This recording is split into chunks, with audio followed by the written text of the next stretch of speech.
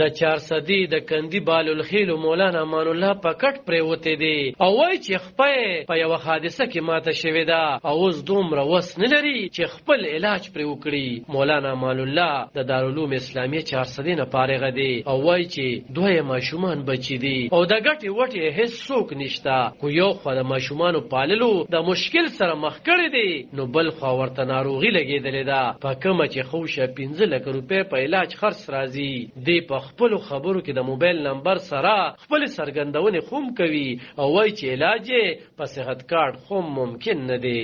د جې د ما د خپې د ګولې مسله ده، ډاکټر وایي چې دا رچېدلې ده او نن تقریبا 11 میاشتې مخکې ما سره پیسې ټکې نه وې، هغه وخت 2000 روپو دوا یې ولیکله او هغه الله ګواه ما سره پیسې نه وې، زموږ خوا کې ګاونډي و، نو هغه 5000 روپۍ راوړل، زه په هغې ډاکټر له لاړم او چې دا ماشوم مې هغه وخت سکول کې سبق وی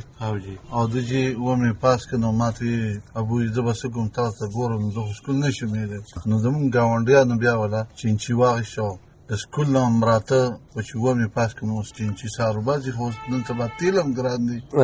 نو مخکې به ماشاءالله ښه مزدوري کېده، اوس هغه تیل هم اوس ما له چا پیسې راکړې خدای شته یو 2000 روپۍ راسوي 1500 مثبته پکې ما 200 تیل واچول. په 2015 کې زما په راحت شوي مولانا ګفر شاه صاحب زما استاد وي، مفتي عبدالله شاه صاحب، دروپ مولوي صاحب،